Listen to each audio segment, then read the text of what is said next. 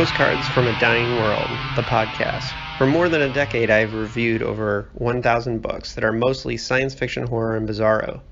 This feed will feature bonus audio I have produced over the years, as well as a monthly digest of reviews based on what I've read each month, plus the occasional bonus material about my own fiction. Thanks for listening. All right, welcome to the Postcards from a Dying World podcast, where we nerd out on the nitty-gritty nuts and bolts of writing horror fiction. And I am so honored to have the man who killed Captain Kirk with us today, Brannon Braga. I am a huge fan of his work going far back, but he's mostly known for writing science fiction. But the cool thing is that Brannon is a horror nerd just like you and me. And he likes to read horror fiction, and that's what led him to be the perfect person to work with Clive Barker on the new Hulu film, Books of Blood. And that's what we're going to be talking about today, is putting the Books of Blood up on the lift and looking at the engine and seeing all the parts. So now you have delved into horror fiction, especially with Salem, which was super underrated. And I know your screenwriting partner with this is somebody you worked with on Salem, but let me go back to how you got into horror fiction and where your horror fiction love started. Well, that's a great question. My earliest memories of horror are as a young kid, seeing a trailer, a upcoming attraction on television for Tales from the Crypt, and insisting that my mother take me to it. This was in like 1971, so I was, 6 years old or something ridiculous. And she took me. It's probably a huge mistake because though I haven't seen the movie since that time, I remember the traumas of it so vividly. Like the guy being chased by German shepherds and being caught in a tight corridor lined with razor blades on either side. I don't remember the story, but I remember how I felt, the exhilaration I felt seeing it. I also remember the television commercial for Suspiria, and of a woman combing her hair and turning to camera, and it's a skull. I remember, obviously horror movies were a huge early influence. I don't think my reading horror really kicked in until I read my first Stephen King novel, which was The Shining. Mm-hmm. And another very formative book called Cold Moon Over Babylon by Michael McDowell. A highly, I don't know to say underrated, under the radar. Well, he's most known for having co-written Beetlejuice. Yeah, right? But his novels are fantastic. Yeah, they are. And he died very young, and it's a shame because he really got me into horror. Those were just a couple novels that I read, but I was lucky to grow up in the era of horror paperback, Tor fiction, and there's a book that you probably have called Paperbacks from Hell, mm-hmm. which is just, those were the books that on the shelves at the drugstore or whatnot when I was growing up. Mm-hmm. Yeah, absolutely. And I'm old enough to remember those being on the shelves too. And but for me, one of the early formative writers, Stephen King as well. But I have my copy of Volume 1 of Blood with me, which, as you can see, is very loved. This was brand new when I bought it in 8th grade. I was way too young to be reading Clive Barker, but it is the reason why we are sitting here doing this interview today. Yeah, that's the copy I had too. That's exact. I still have mine somewhere. With these insane masks. Yeah, I went to a workshop, the Borderlands workshop, and Ginger Buchanan, who was the editor of this series, the American editor, was there teaching, and I got a chance to talk to her a little bit, and she said she still hurts over these covers. I think one of the things well, they weren't the greatest covers, right? Right. It didn't matter. It didn't matter. I never was a fan, still I'm not a fan of photograph oriented covers. I like the paintings, which is itself its own kind of subgenre, the horror novel paintings, which Paperbacks from Hell gets into. But yeah, that was I read those in 1985, I guess, and I was like 20 years old. And the Books of Blood really, as someone once said, it would have been like the Beatles releasing all of their albums on the same day. I mean, here you had these 6 volumes of stories that were all at once. It was amazing. They were amazing. And this first book right here, just in this book alone, it has the Midnight Meat Train and in the City in the Hills. And Pig Blood Blues. And Pig Blood Blues, which are all revolutionary horror fiction stories that shook up the genre. But I would say especially in the City in the Hills, which like the Body Politic, took the weird to a level that nobody else was doing, right? Yeah. And both of those stories, incidentally, the Body Politic, of course, being about the hands taking over the world, are almost unfilmable. Like H.P. Lovecraft, you have to read it to get it. Yeah, and they tried with Body Politic, and and because so much of that story is built on the dread and the paranoia of loss of control. So that's kind of one of the reasons why, that story is unfilmable. You're right. So getting back into like your discovery of Clive and reading those as a young person, would you say that because you started off really succeeding early in science fiction, but what kind of influence did having read all this horror fiction have on you as a writer when you were starting out? Well, I wasn't a Star Trek guy. I was a Twilight Zone guy, and I've told the anecdote before that in school, in middle school, there were the Trek nerds, the horror nerds, and the fantasy Dungeons and Dragons nerds, and we all thought the other were nerds, but that we were cool. But we were all nerds. And when I started, my first writing job was on Star Trek: The Next Generation, and it was a terrifying prospect because I didn't know the show that well, and it was just so sophisticated. And my mentor, Michael Piller, I didn't know how they were doing what they were doing. It seemed like magic to me that they could just come up with stuff.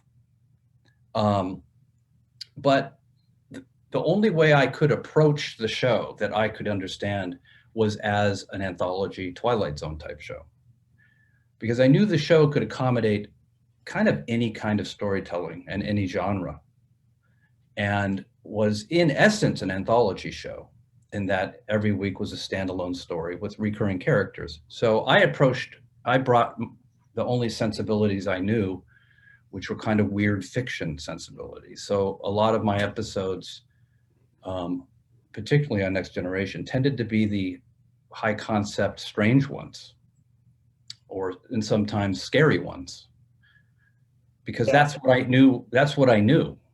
I couldn't write the political stories or the deep, character oriented stories. My stories are generally a little on the shallow but interesting side conceptually. And I think that's why you and Ron Moore made such a great team for so long, is that you had different sensibilities. Yeah. Oh yeah, it was such a great partnership. Mostly Ron's talent, not mine. And so that's how, so a lot of my Next Gen episodes could be categorized as horror, though science fiction and horror really are first cousins, in that they're conceptually driven and they're underappreciated, or certainly were for a very long time, and very influential. And look, what's the grandmother of them all? Frankenstein, a science fiction horror piece.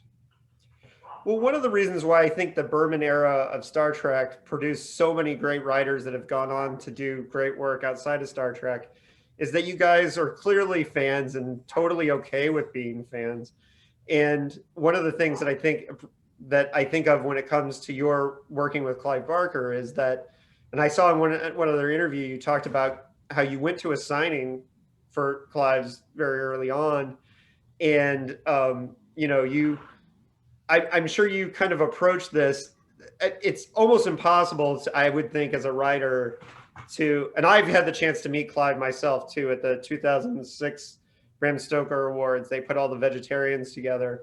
And, and so, and I want to, I'll try to make this short, but I had a really great Clive experience myself. Whereas, because at the time I teach kids with autism as my day job, and I was reading The Thief of Always to one of my students. And Clive was so touched when I told him the story that he insisted that I send him a picture, of me reading this with my students. So I had to get permission from the parents, and I sent a picture, and he was really nice he wrote me back and told me that he had hung the picture in one of his painting studios. And what I realized at that moment was that one of the reasons why I connected to Clive over all those many years is he's just a really great person. And it comes through in the fiction, and he really does appreciate when people professionally come to him as fans. He understands that you can be both, right? You can be professional and you can be a fan. So, and I learned that there, but I also met him at a signing one time before that, and at a mall in Orange County, and there were only 4 people at the signing. And what was cool is it was a year later that I was at the Stoker Awards, and he remembered our conversation, and I was so touched that that he remembered our conversation. Tell me about working with Clive. Like, what is, because how did you, and then we can get into how this project started, because I'm sure that's what happened. Or did you meet Clive long before you did that? Look, in 1985 or 86, somewhere around there, I went to what was his very first American book signing, which was at the Change of Heart bookstore in Santa Monica. And I stood in line for 3 hours. I was the 8th person in line. It was a very long line down the block, hundreds of people. And I spent whatever, I think I worked in a mailroom at a publishing house at the time, and I splurged and bought that giant, a very large volume with all the stories collected, and he drew a picture. I still have it. And, I remember meeting him vividly. He does not remember me, of course, but, I always thought Books of Blood would make a great anthology series. And I had a mutual friend named Brian Whitten, who was an executive at Paramount Pictures, a movie executive that I met. And he made an introduction to Clive. And I didn't meet Clive in person for several years, but had phone conversations with him about what I wanted to do with Books of Blood, initially as a TV anthology, which no one was doing at that time. And then Black Mirror came out. Right. Black Mirror came out, and suddenly it was okay to do anthologies. Yeah. It was okay to do. And so to make a long story short, I had this percolating since I read the books, and saw the different movies come out, the great ones like Hellraiser, and the not great ones like Rawhead Rex. Right. But always held out hope, because the title Books of Blood had not been used. Now it would be used for a movie called The Book of Blood in England. It came out in 2009 or somewhere around there. But Clive bequeathed that title to me. He's like, I'm never, bequeathed isn't really the right word, but he said he was never going to give up the title Books of Blood, but for this project, he thought he would. And we started a really close collaboration. It started over the phone, and then eventually became every Tuesdays at 3:00, we get together. We're still doing it. I have my next one's Tuesday at 3, where we sit together, now obviously not, but I just talk for 2 or 3 hours.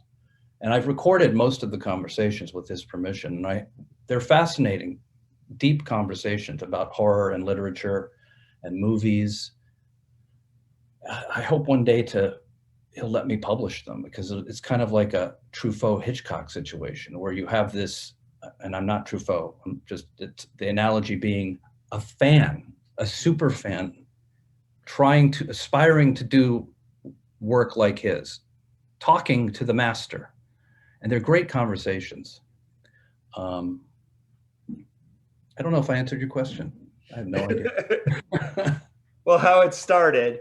But yeah, I mean, it's obvious that you have well, I didn't know that you were doing these meetings every week. That's really phenomenal, and just an amazing chance to get down and really get to learn from a master. That's, I take advantage of every opportunity, whether it's through the podcast or through the friendships that I have. When I meet and talk to other writers, I try to have these nuts and bolts conversations, because I feel like eventually that it shows up in the work that you're doing, and you never know where it's going to pay off years later, right?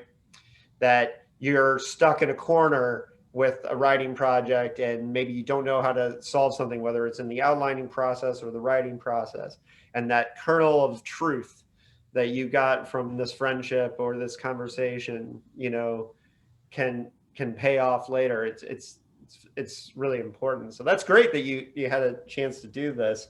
And I think the idea of the Books of Blood as an anthology show it's almost too obvious that it's crazy that no one else realized that should be done. But I'm glad that we're here at this point.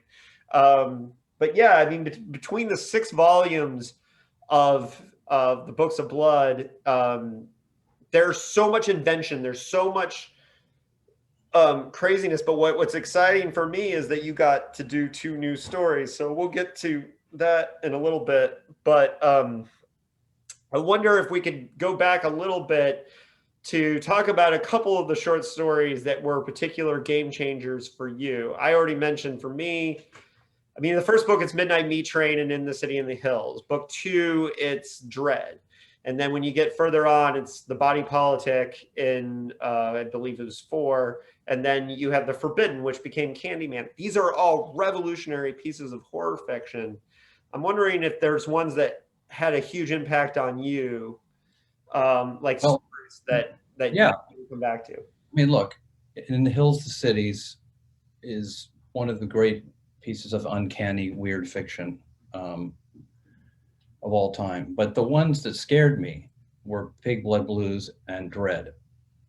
Those I remember being the scariest. And of course, I don't know if there's any truth to this, but Dread to me seemed to be ripped off by the Saw movies. Yeah. Like Dread was hugely influential, clearly. I shouldn't say ripped off. That's not fair, because I don't know that. Body Politic always stuck with me.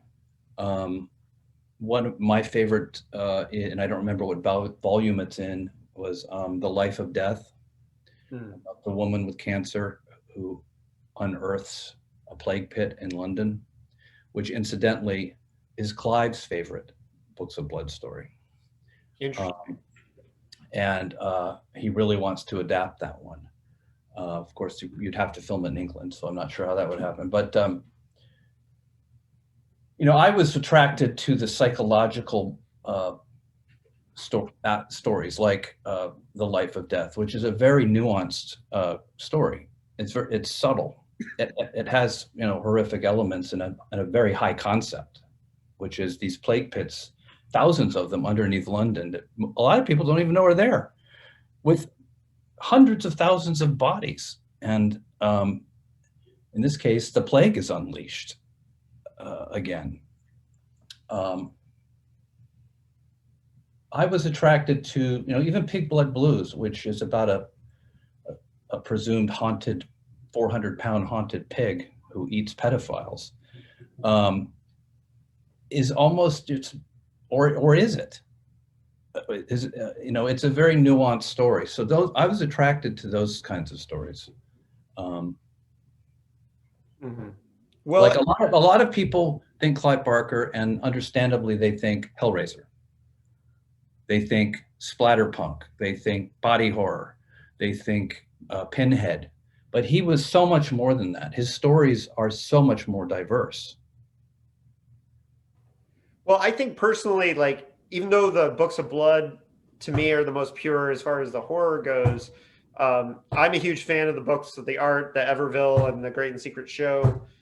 And I almost think of him as, the term Dark Fantastique fits him better than pretty much anybody. Yeah. Right.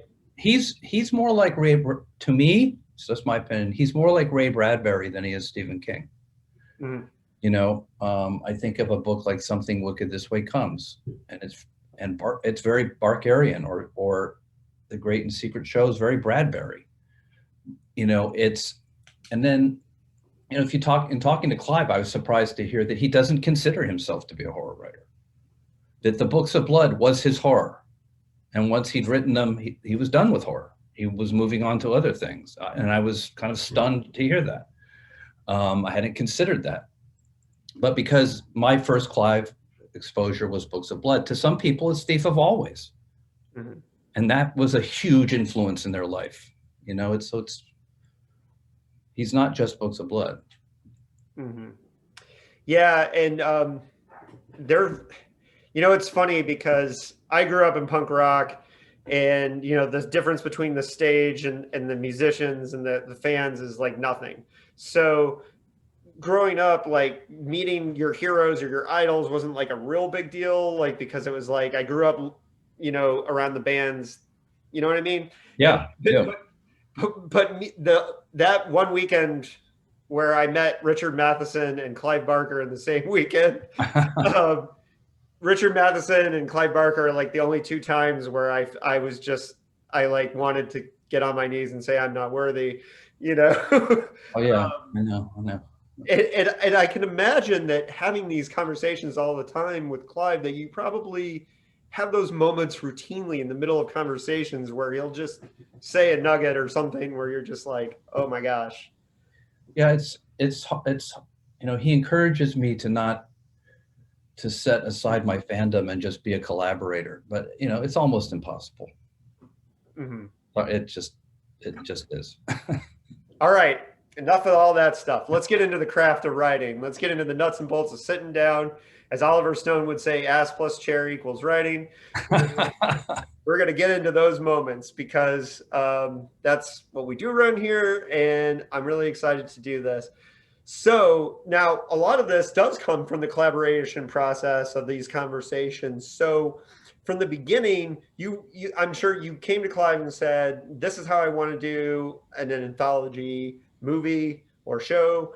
And like, you know, like, how did you bring in Adam Simon to work with this? And what was the process of getting the ball rolling? The process was me sitting with Clive and talking about what stories we wanted to do, what stories had been optioned by the studio at the time was Fox. This was before Disney bought it. It's kind of funny, the idea of Disney doing Clive Barker stories. That's what's happening. That's what's happened. They almost did Aberrant back in the day. Yeah, and by the way, you know, a good friend of mine, that's their book that they read as a child, and this friend of mine gave me their dog-eared copy and said, "Will you have him sign this?" You know, they read it when they were 11, and this was they had never read Books of Blood. Anyway, what happened very quickly once Clive and I started talking is that he had a whole bunch of other story ideas, Books of Blood horror story ideas. And and I think I can speak for what happened and he'd be comfortable with it. He was less interested in talking about these stories he'd written over 30 years ago. Right. Which I can totally understand. You know, it's like talking about Star Trek episodes that I wrote 30 years ago. I'm happy to talk about them, but I'm more interested in new things that I'm thinking about, as was he. And some of these ideas, I mean, I have a list of probably 75 concepts, some more fleshed out than others, that I just realized, well, we need to redo the stories that should be redone. We should do Pig Blood Blues. We should do In the Hills to Cities at some point when we're ready. This was when it was a TV show. Yeah. But we should do some of these new stories because he's more engaged with that. And I knew that as a fan, I would be interested in seeing some new stuff. You know, it's almost like if volume 7 of Books of Blood came out, you know. And so as a TV show, we kind of came up with all the stories we wanted to do. Clive was busy, you know, he's writing a couple different novels, I think. I was in Santa Fe, New Mexico, prepping a TV show called Cosmos, the 3rd season of Cosmos. Yeah, I'm a huge astronomy nerd too, so like, oh, okay. so jealous of you working on Cosmos. So I enlisted my buddy Adam Simon, who we did Salem together, and we started developing the stories in more detail and putting together a series overview document and a couple of scripts, and I needed a writer to work with while I was doing this other project as well as the Orville too. And we just developed it, and we developed the show, and we developed a couple of scripts, and Hulu decided they wanted to do an anthology film and possibly a series of them. And I knew the moment they suggested that it was the better version of the show, at least at that time, because some of these stories weren't really fleshing out to be an hour. You know, they were kind of like, and so it then evolved into, it was a matter of picking the stories to put into the movie. The Book of Blood, obviously, is the origin story of the book. And all I did there was I took Barker's story, which is quite short. It's really a set piece more than a story. Yeah, I reread it yesterday for doing this because I wanted to think about what your process of, and we'll get into nitty gritty on that story in a little bit. But what I think is interesting too is that gives it kind of a night gallery feel too, because that not worrying about the amount of time that's involved because you're serving an overarching, you know, film instead of, you know, I have to fill out this hour with the story. I think was a good decision. So you brought in Adam. You were spitballing, and so the screenplay I think has a couple magic tricks in it that I'm really impressed with. This may sound like a really long. I wrote a very long question for this, so I'm going to try to go through it. But it's almost like a series of magic tricks, and the way you hide your cards, I'm afraid some viewers are just missing. Especially a lot of people today watch movies with their phones in their hands, and they're not going to get a lot of the subtext that you're operating on. But you subvert the standard anthology trope of the introduction story being at the beginning, and the subtle sleight of hand there is that the first opening scene looks like an introductory wraparound, but it's not. That's a trick, right? Which ends up setting up the third story. And so you're weaving all these storylines in and out. That is a really complicated way to set up the anthology. But what's cool is I've never seen it before. It's totally original, right? And that's the thing that when my wife and I were watching the movie, that I kind of turned to her and said, at first I didn't get it, but then once I got it, I was like, wow, that's really neat. That's the way they did it, because the actual Books of Blood story is the second story right? Yep. In the arch, and to do that is a neat magic trick because it launches 6 books here, but it's right in the middle. And so at first, I admit when I saw the opening scene, I'm like, well, that's not the Book of Blood, the Books of Blood. And then when it came around, I'm like, ah, I see what he's doing. I see what they're doing. And that was very impressive. So that structure, that weaving structure, was that something you guys talked about from the very beginning? It was the structure was, it was definitely, for me, a lot of ass in chair and a lot of pacing. I knew that the title story would be one of the stories. And in fact, we had a script for that. That was much more traditional in its storytelling. It was very linear. And I changed it to be a story within a story within a story. If you look at just the Book of Blood story, it's Mary telling a story. And we flash back to that story, but we even do flashbacks within that flashback. And it's kind of a miracle that it all hangs together and isn't confusing, you know? Right. At least it wasn't to me. It worked for me too. And then there were 2 other story ideas that originated with Clive.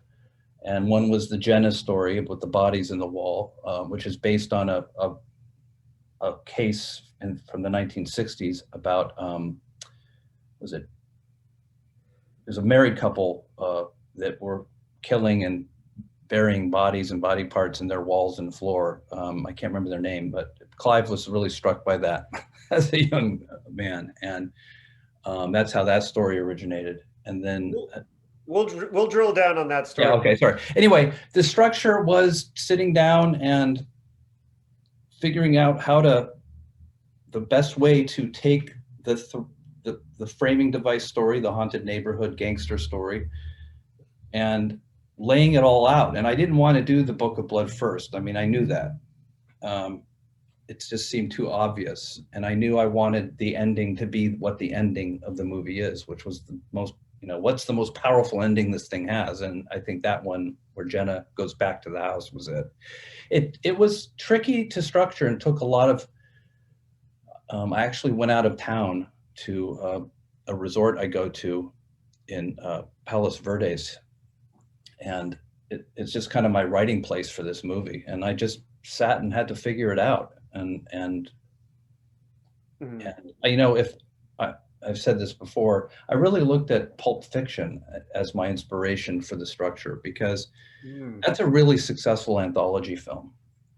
Yeah. And because I didn't even realize it is an anthology. Oh, it's very much an anthology film. And that's the thing about it. I mean, Books of Blood is much more a pronounced anthology film. But if you look at Pulp Fiction, its structure is one of the most brilliant anthological structures ever, if not the most brilliant film structures, because the stories they touch each other, they cross-pollinate, but not in a way that they call attention to themselves. It's just fluid.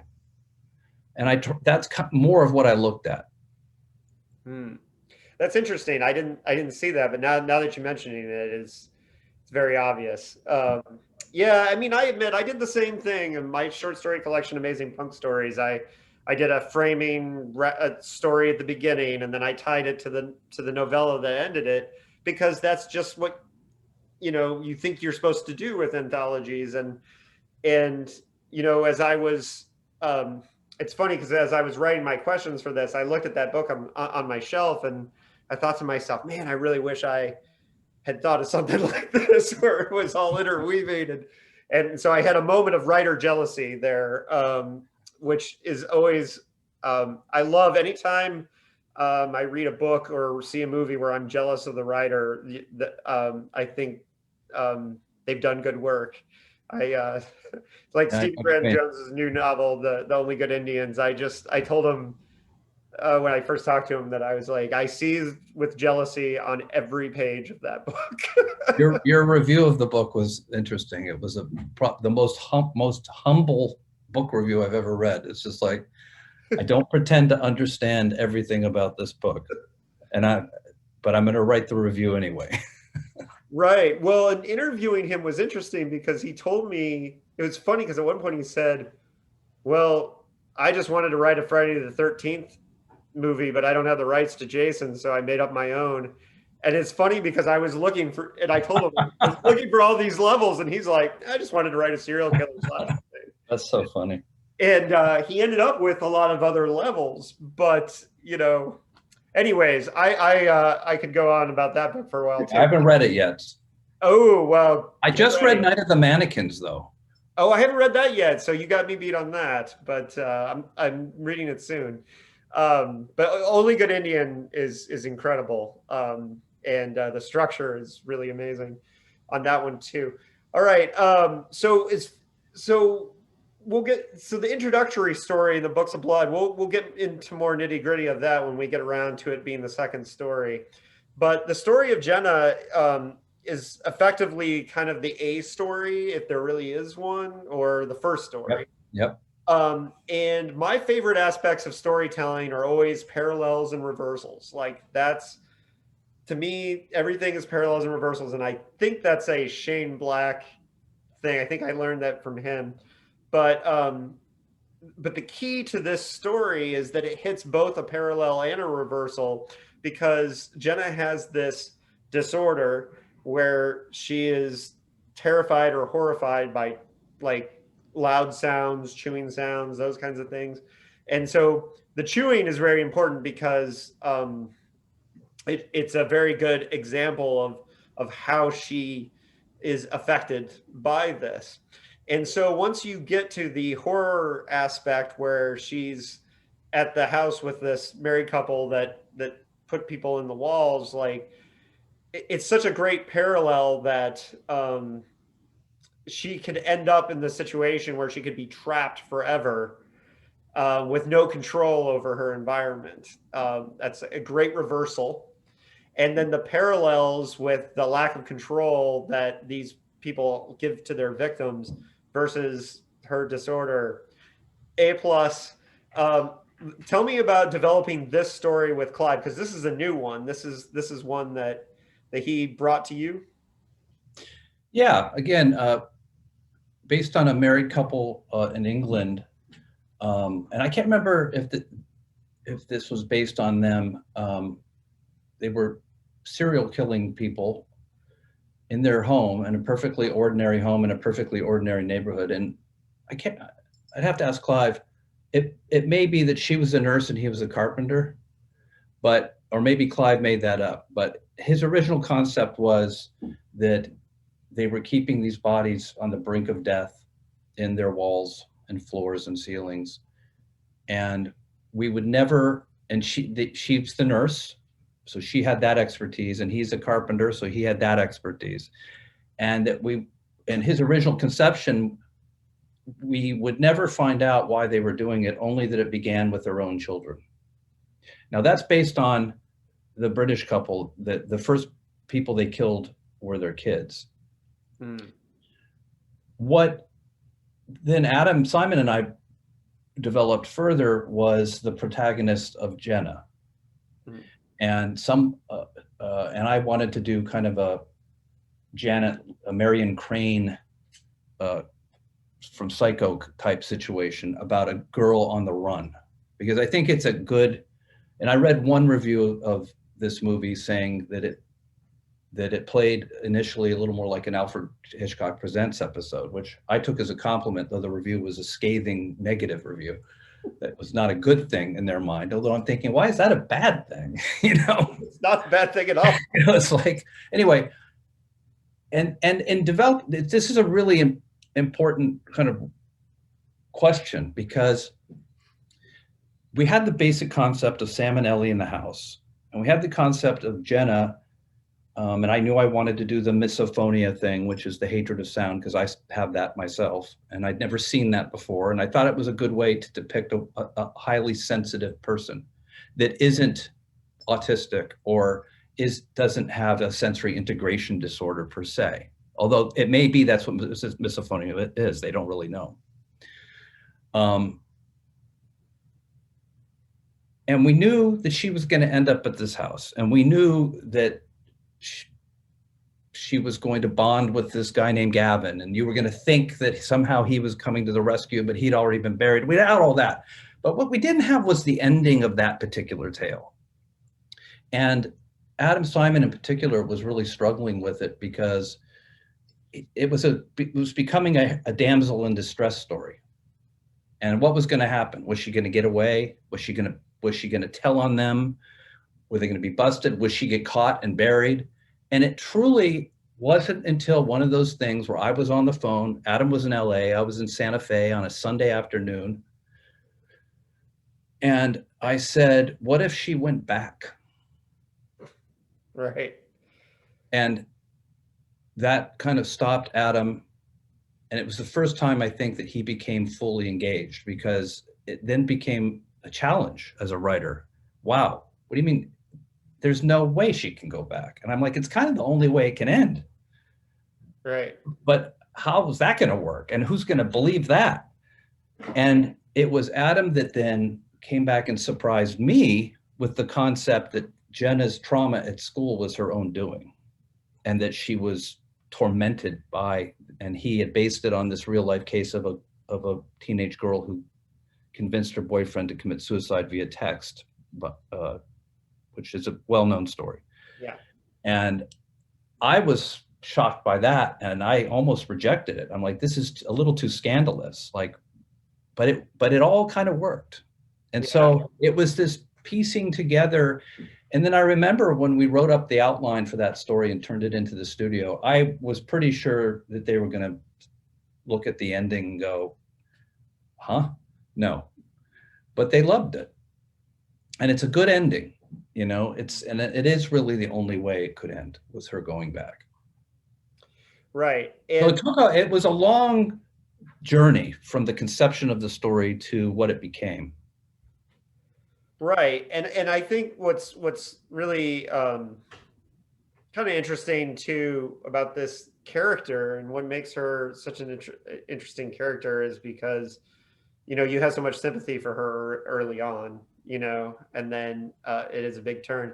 I will admit, it's I'll give you some insight into when we were watching the movie, which I think was a week ago Saturday night. But when we sat down and watched the movie, when the first story kind of cuts off and goes to the other one, I remember turning and looking at my wife and being like, well, that's a weird ending. Because I didn't know at that point it was going to weave back. And then I was like, I don't know about that. And then it was funny because when it all came back, I was like, oh, I see what's going on here. And that's another thing of the some of the tricks you guys are playing with this. Now, adapting books of blood into a story has a couple really interesting tricks too. And you said it earlier when you were talking about the story. The story is mostly mood and tone. It's setting up the tone of these 6 books. And but there is a story there with the blood and the writing on the walls and the things like that. And so you very smartly came up with this concept of which is not in the story, of Simon being a charlatan at first. Well, he is in the story though. He's a fraud in the story. Oh yeah, that's true. He's a fraud, and yeah, it's not as clear though, is it? Or is it... Well, to my recollection, I mean, it's not a plot. Right. It's not a plot point that moves it on. But it is an older woman who fell in love with this young charlatan who ends up getting written on by the dead, who are kind of pissed off at him. Right. Like that's all there. Yes. Mary doesn't have a kid that died and all that stuff, though. That's new. Right. Which was the next thing I was going to talk about, because I think that was a smart arc and came up with one of the creepiest scenes in the movie, is when the dead son comes back, which was, you know, very eerie. And I think a fear that parents, obviously, the losing a child thing is brutal. And so the idea that one would speak to you in that way is terrifying. So that's good stuff. But so I thought that was a really good way that you amplified that. But what I think is really cool is that Not only we already talked about where you structured it, and that was cool, but adding that arc, I think, gives a certain. There's obviously a ton of weight to the story, but it gives it even more weight, which drives. It gives Mary more of a arc moving forward, and the actress that played her did a great job. Both, um, I think really brought to life that whole scene. But I think. Um, because it's the only part of the film that's based on what Clive actually wrote, it's the chance that we got to see of you guys adapting a story and it being very faithful was something that I think fans could feel really good about, you know. Mm-hmm. So did you go into that one feeling like this has to remind fans that we're fans too? Was that a concern? Well, I think we picked it because it was the origin story of the book. And I love grifter stories. And that's why I think I seized on that aspect of the story about a charlatan who grifts a grieving mother, Mm. who is a scientific minded person, but emotionally damaged and wanting to believe. And I also, the great James Randi, the great skeptic, just passed away a couple weeks ago. And I'll never forget a tale he told in a real life experience about how he was able to fool a bunch of scientists under controlled conditions into thinking that he had psychic powers. Mm. Or maybe they were testing Uri Geller. And he was struck by the fact that scientists could be fooled by magic tricks too, even under controlled conditions. So that informed to me part of the story. I wanted to see if this scientist who wanted to believe could be fooled. But really, it's a very hardcore Barker story. And in writing the screenplay, when it came time for the dead to surround Simon, I just cut and pasted the description from the story and put it into the screenplay because it read great. But when the trick was when we were having to film it, it's like, what are these dead people going to look like? Like, what does this mean exactly that they have gawping idiot faces? Which is one of the descriptions from the book. Yeah. I don't, so sometimes taking those uncanny things on the page and literalizing them as imagery is tricky. And I called Clive from Nova Scotia a few times about the dead sequence, trying to figure out what they were going to look like exactly. Mm-hmm. And without it being cheesy. I'm not sure. We may have succeeded, we may not, depends on. It worked for me, but I'll tell you, and it's funny because I'm trying to focus on the page just because being the writer that I am, but since you are the director, it is interesting it is a very hard thing to do with Clive's work. I think even for Clive, that's one of the things that's so magical about the 3 films that he made is that it's so hard to take, we're lucky because he's a painter and we can see a lot of his visions and his drawings and these things. So we can see these things, but to translate that to film is not the easiest. No, it's not. Right. It's really not, and it was tricky. And if you defined the Books of Blood stories, it's their originality. There are no vampires or werewolves to be found. The monsters are utterly original. The way the dead are described is I didn't want them to look like zombies or that they just crawled out of the earth. So we went after this. There's this really frightening movie that everyone should watch called Tourist Trap. It's from the 1970s, late 70s, stars Chuck Connors. And it's the scariest mannequin movie ever made. Mm. And I thought, what if these dead things look like living mannequins? And that's kind of what we went with, just because I'd never seen it before. Now, of course, I want to make Night of the Mannequins into a movie. Yeah. But anyway, Yes, we wanted to be faithful to the core components of that story, but it had to be expanded because the story itself is quite short. Right, right. Well, it's the thing about Clive's work, and that's one of the reasons why Hellraiser, it's like most people don't even know anything about Pinhead, but the imagery of him Yes. is something that, a lot of times you have to explain to people like what he really is, or like, why he is, and then you're like, yeah, just read Hellbound Heart. You should just read it.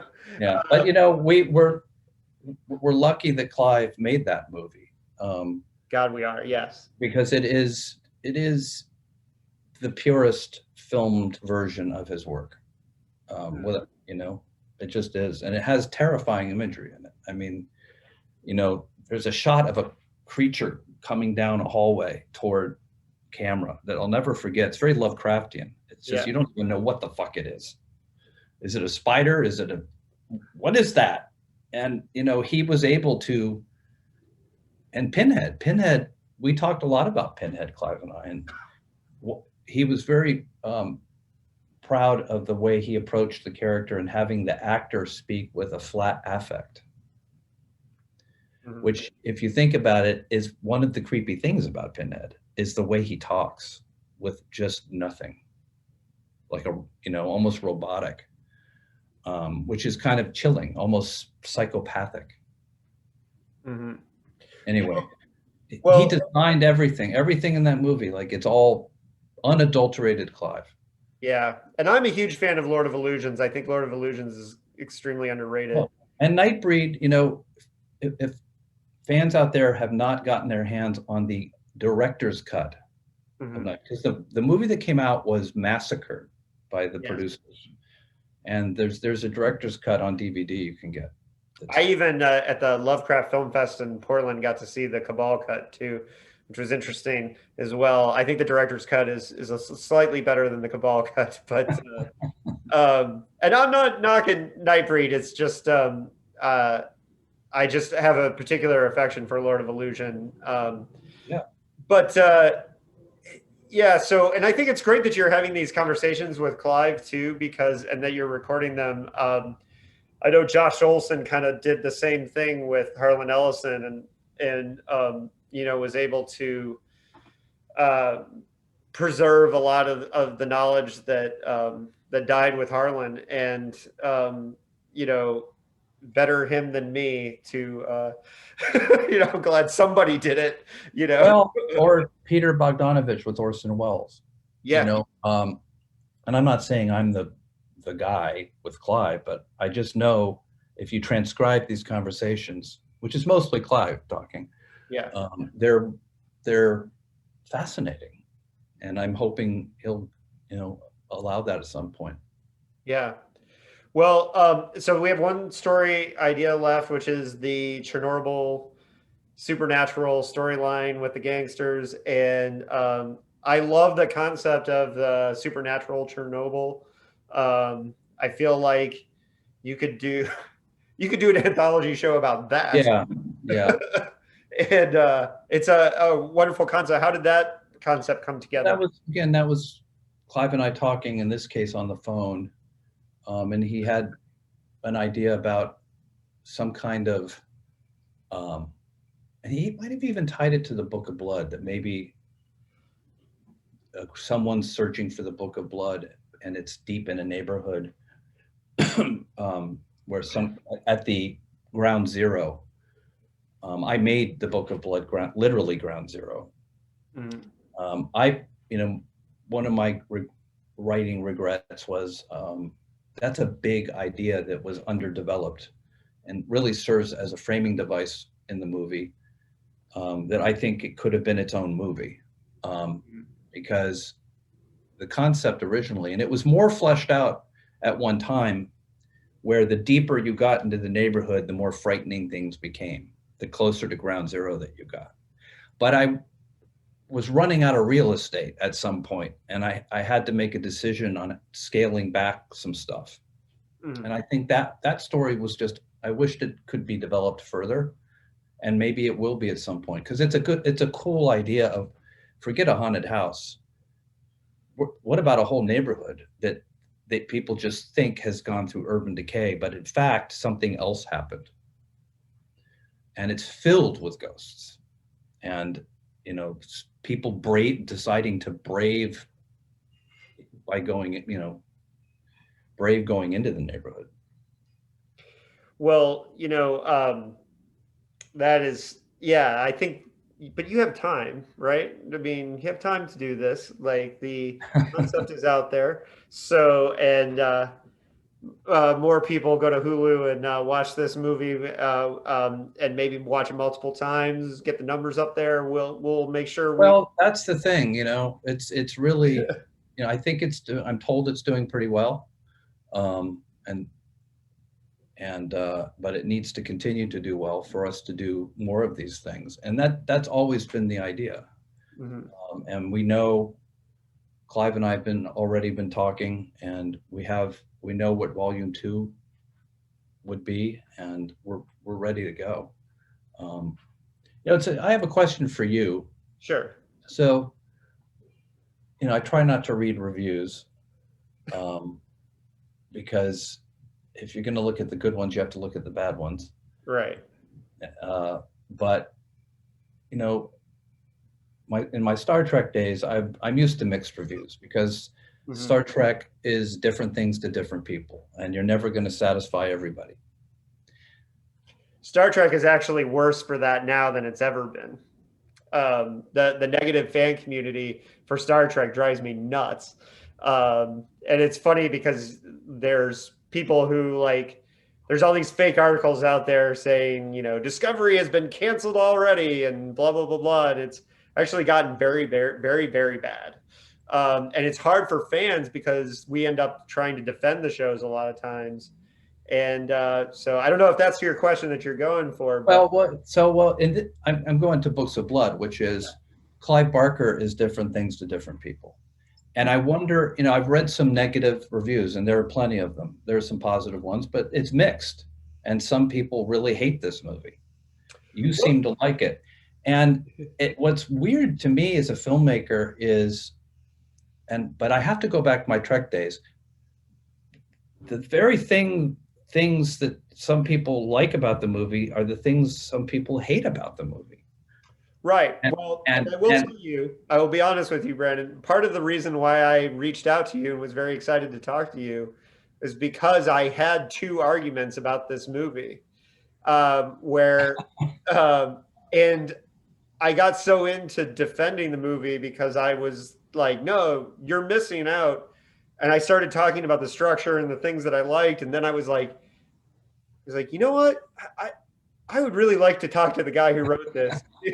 Because I was trying to tell, some of these people that I was arguing with, like, I had one person just say to me, like, oh, it was boring. And I was like, could not get my head around the fact that I thought to myself, they had to have been looking at their phone and not paying attention to the nuances. And then when I started arguing with this person about, well, this is happening in the structure and that's happening in the structure, and they literally told me, I'm going to have to go back and watch it again because I did not see that. And then I was thinking to myself, yes, I don't think you were paying attention. And you're the director, so you don't have to, I'll do this for you. I will evangelize on this movie because as a Clive Barker fan, and I admit, because a lot of the last couple movies I wasn't too into, and to be honest, I wasn't a fan of the Scarlet Gospels. I don't think Clive was ready to be back out there yet. And I wasn't a fan of that. So, and I was on the record, I've written a review, so I can't back away from that. But I was ready to be negative at any stretch of this. And partially because I had read a bad review before I watched it. And I don't know if it was because my bar was set low or whatever, but I also, because I'm a fan of your work, I trusted you. And I said, no, I got to watch this, and I got to watch it for myself because I've always been a fan of your writing. And as the movie went on, I really found myself enjoying the structure and enjoying, and then the more in this, and you'll see this if you read my book reviews, I like books that I like them more when I write the review. There's sometimes when I read a book, I'm not that into it. And then I start writing the review and I start thinking about it. There was a novel by a non-binary author, River Solomon, a Generation Starship book called The Unkindness of Ghosts that I read earlier in the year. And I did not like it at all through the first 75% of reading it. In fact, I was ready to trash it. And then when I started writing the book review, I realized some things that I missed. And I ended up going back and rereading the book and ended up giving it 5 stars. and But what I had to come to, and I'm an astronomy nerd, that's one of the reasons why I'm jealous of you working on Cosmos. I had to eject, part of my thing was the book was not really in space. Space was a metaphor, right? And so there was no attention to detail on how the ship worked, how it survived, any of that stuff. And I was so annoyed by that, the first reading of it, that I couldn't see the book for what it was, which was a metaphor for the antebellum South. Mm. So when I went back and kind of checked myself at the door, I had a better experience. And one of the things I liked about the Books of Blood is it's a movie that I thought about long after I turned it off. And I always, every day, whenever I watch something, and the next day I write a little review. And so for Books of Blood, when I was sitting there the next day writing my feelings on the Books of Blood, I was more impressed with it the more I thought about it. And I think that's something that you should be really proud of, and something that I think works with the movie. And I think over time, when people, this is a movie that I think over time people will see is fulfilling Clive's vision. Yeah. That's just my personal feeling. I did a lot of talking there, and No, I appreciate it. And look, it's Clive's vision. It's my vision to some degree as well, because one can only interpret to some degree, and you're always going to bring some of your own stuff. And there's a lot of influences in this movie that are largely Clive, but there's some Polanski repulsion stuff in there, and there's some Hitchcock in there, and there's all sorts of influences in there, because I'm a horror fan, and I brought everything to bear on this. If you watch the TV show Salem, it's sensory overload for horror fans. There's Dario Argento in there. There's everything is in that fucking show. I loved Salem, and I was really bummed that it didn't go further. Yeah, well, it's fine. We told our story, but it's upsetting to read that the movie's boring, because the one thing, the cardinal sin of any movie to me is if it's boring. So of course I'm mortified to hear that people are bored by the movie. And I think the postmortem for me is maybe people expected something more in your face. But it's there. You got the people in the walls. You got the Books of Blood story. It's there. It's all there. I don't think it's your fault, personally. I'm a defender of the movie. Well, thanks. Did you write a review? Not for my blog, but I did on Facebook. But which is, and Letterboxd, which is where I write all my film stuff. I keep track of all the films that I watch. And believe me, when I do my best of the year at the end of the year, it'll be on there. And unless 9 really amazing movies come out between now and then, but it should be there. But I think one of the reasons why I wanted, to do this interview and to talk to you is because I wanted people to, because I think sometimes, look, there are books and movies that I think work better for writers than they do for the general audience. And I do think that some of the best magic tricks that you're pulling in this movie are ones that should ideally sing to writers, because you're doing really clever things with the writing. That being said, I think there's plenty that works for it. Of course, like all my comments and all my favorite things about this movie are almost all on the page. And it's not to say that I don't like the execution of the film, because I do, because I haven't read the screenplay. So my interpretation of the writing is based entirely on seeing Yeah. the finished product. But as a horror nerd, like, Well, and that's what, I guess that's why I'm so bothered by, the people who didn't like it, because I made it for them. I'm a horror, my first love of the genre goes back to horror. And, this was made with love well, as Brandon, as a horror fan. So, but remember, the Thing was universally hated when it came out, and it took time for well, for the not by Thing. me. Yeah, well, I know. That fucking movie was a masterpiece from day one. I personally agree with you, and I'm a huge defender of. Eventually, Jeremy Robert Johnson and I have threatened to do a whole podcast about Prince of Darkness, because Prince of Darkness is great. Yeah, that has one of the scariest images I've ever seen, which is some kind of entity walking out of the house. It's a videotape of something emerging from the. You remember this? Yeah. Some whole thing. Fucking bone. My favorite movie of all time is Prince of Darkness. Yeah. Well, Carpenter, Prince of Darkness, and In the Mouth of Madness. Like, Carpenter was doing some Lovecraftian stuff. Oh, absolutely. That I think is better than anything that's been put on film. Based on his actual work, yeah. Yeah. Oh, no. I'm glad you like that movie, because I really love it too. Well, the thing about Prince of Darkness is, too, is that something that relates to what we're talking about is that, for me, Prince of Darkness, most people don't remember, Prince of Darkness and Hellraiser came out back-to-back weeks. Oh.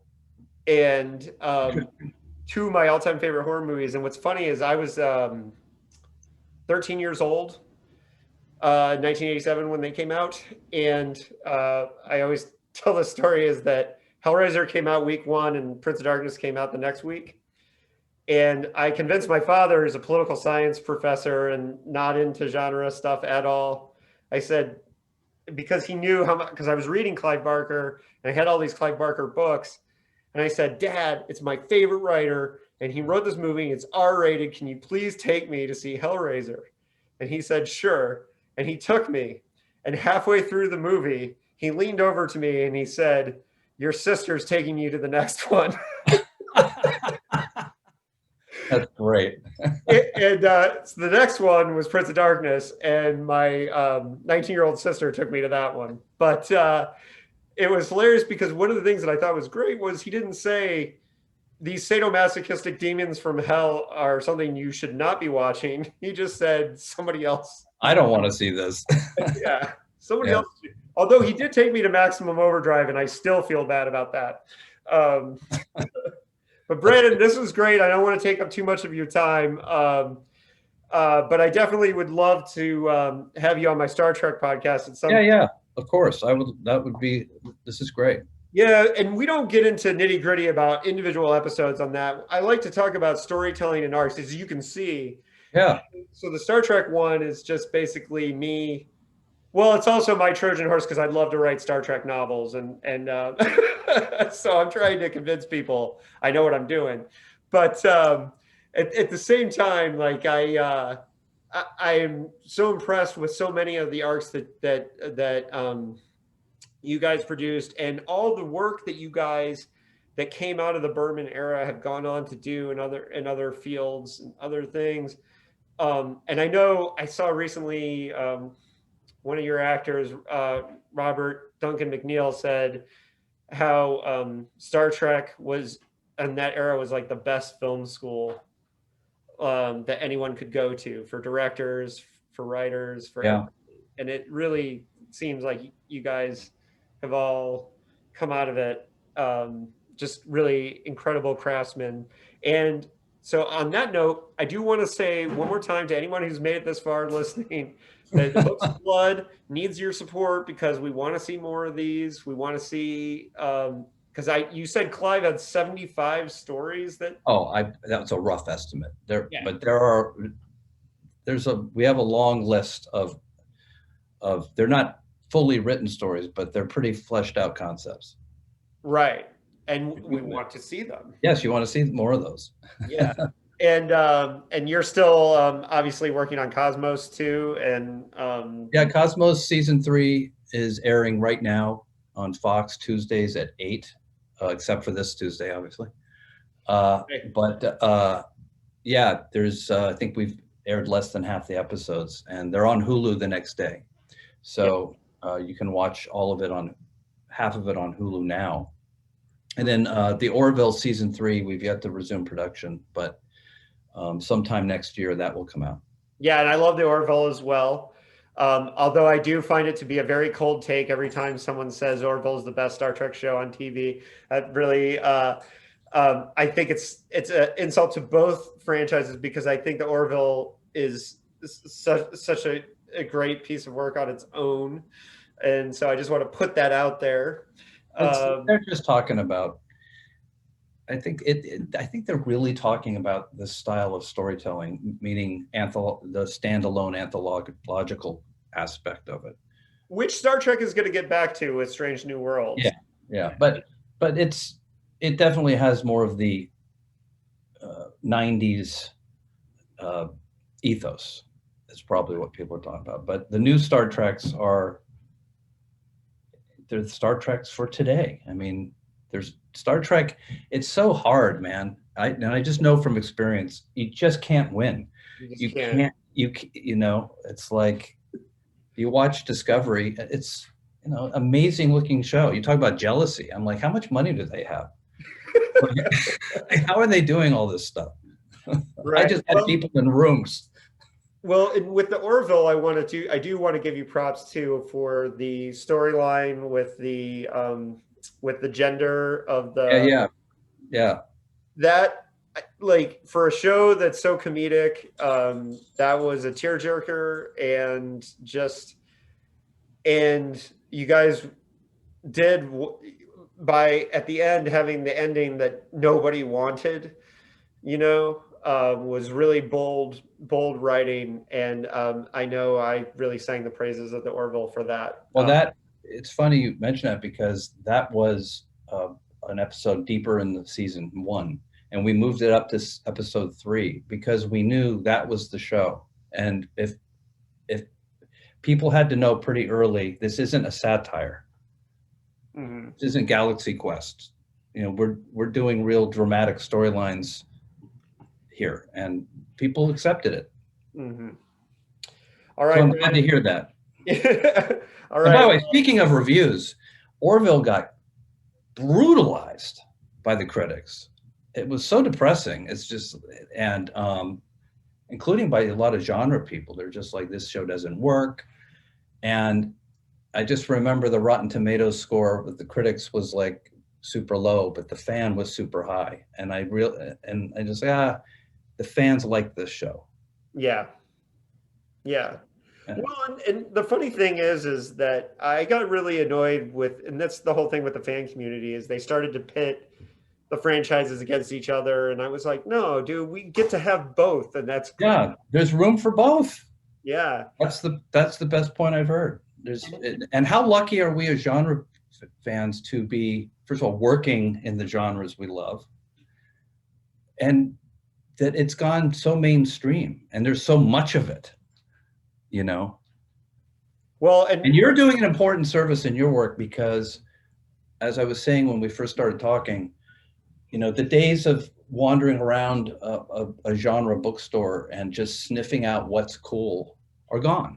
So what you have are being online and discovering different titles that lead you to other things that lead you to, like, your blog. Mm-hmm. And I like reading reviews of books. And you have a great one. Your reviews are very good. I wish they were a little longer. Well, sometimes it depends on the book, but I will say I believe in the bookosphere, And if I want people to read my books and go out and get them, then I need to support. And also what I learned by writing the reviews, and I've got over 1,000 reviews on my blog now, is that that's the way I digest the most from the work that I'm reading, is if I spend the time to write about it and think about it, Yeah. then I'm getting more out of it. So I appreciate the kind words. That's No, I mean, look, that's how else are we going to find? There's some great horror being written. There's some, and it's how else do you find it? Yeah, no, You it's know, true. No, and this year has been amazing for horror. Between Mallerman's follow-up to Bird Box was incredible. Mexican Gothic by Silvia Moreno Garcia, The Only Good Indian, The Loop by Jeremy Robert Johnson. Did you read The Hollow Places? I have not gotten to that one yet. I've also heard Ring Shout is supposed to be incredible. I'm getting to that soon. And then, of course, in science fiction, I'm very excited for Kim Stanley Robinson's new book, The Ministry. Oh, yeah. Well, and also the book probably that came out this year that is just mind-blowingly relevant is Survivor's Song. Paul Tremblay, yep. And you read that book and you're like, this is happening right now. All of these things. It doesn't read like a work of fiction. The virus is much worse, obviously. But there's so much good new stuff, and there's so much great classic stuff. I saw Ramsey Campbell came out with a new book. He's one of my all-time favorites. I haven't read it yet. Have you? I have not read. No, he had a short story collection a couple years ago that I read, but he's on. There's a Facebook group for horror writers that he's absolutely hilarious on. What's that called? I'm gonna write that down. It's horrorwriters.net, but there's a troll. I think it's Horror Writers Net, I think is the name of the group, but Campbell's on there, and there's a troll on that page who is super vicious to everyone, and Ramsey Campbell just destroys him all the time. And because this guy likes to diminish everyone who criticizes him, and he can't diminish Ramsey Campbell. No, that's for damn sure. Yeah. And so it's funny because I stuck around that group just to read Ramsey's posts because he's so good on there.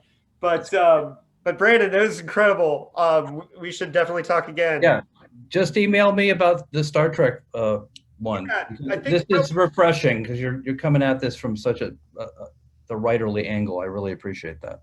Well, yeah, and I probably really. Well, whenever your schedule works out, we'll talk about it. Whenever it works for you, I'll make it happen. But yeah, I had a really fun talk with Robert Hewitt Wolf too, and I think he was excited that I was drilling down on arcs the whole time. Yeah, let's do this. He's a great guy. Yeah, and I really appreciate your time, and really hope everyone looks at books.